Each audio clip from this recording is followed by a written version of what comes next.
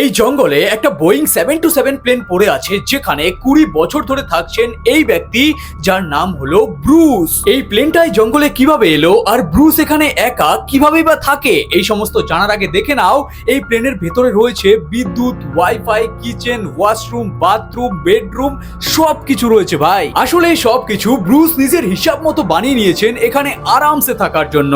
আর এমনিতেও প্লেনের body materials এমন ভাবে তৈরি করা হয় যেটা অনেক গরম হোক বা ঠান্ডা সবকিছুই সহ্য করতে পারে। আর এই কারণে প্লেনটা এত বছর ধরে এখানে পড়ে আছে, কিন্তু এর কোনো ক্ষতি হয়নি। এখন যদি তুমি এমনটা ভাবছো এই প্লেনটা এখানে ক্র্যাশ হয়ে পড়ে আছে, তাহলে না। আসলে অনেক প্লেন এমন থাকে যেগুলো রিটায়ার্ড হয়ে যায়, আর এগুলোর মধ্যে একটা ব্রুস $1,00,000 দিয়ে কিনে নিয়েছিল। আর কেনাকাটার পর সেই প্লেনটাকে অরিগনের জঙ্গলে ডেলিভারি করে নেয়। এছাড়াও এই জঙ্গলের 10 একর জমিও সে কিনে $26,000 দিয়ে। আর এখন দেখতে দেখতে ব্রুসের এই প্লেন হাউস একটা টুরিস্ট অ্যাট্রাকশন হয়ে গেছে, যেখানে অনেক মানুষই ঘুরতে আসে।